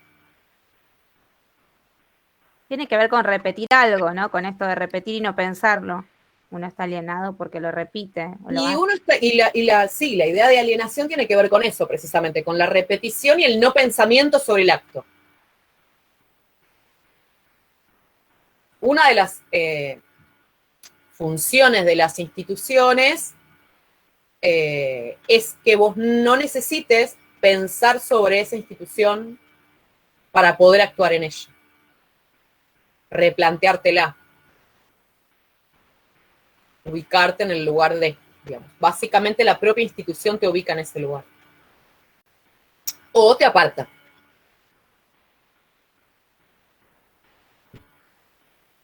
O te sanciona. O intenta disciplinarte.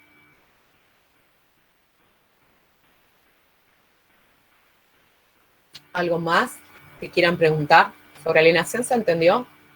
Igual vamos a ver más adelante concepto de alienación, hegemonía, ¿sí? En la otra materia que como les dije, la práctica es el eje. Las otras tienen que servir para entender la práctica, ¿no?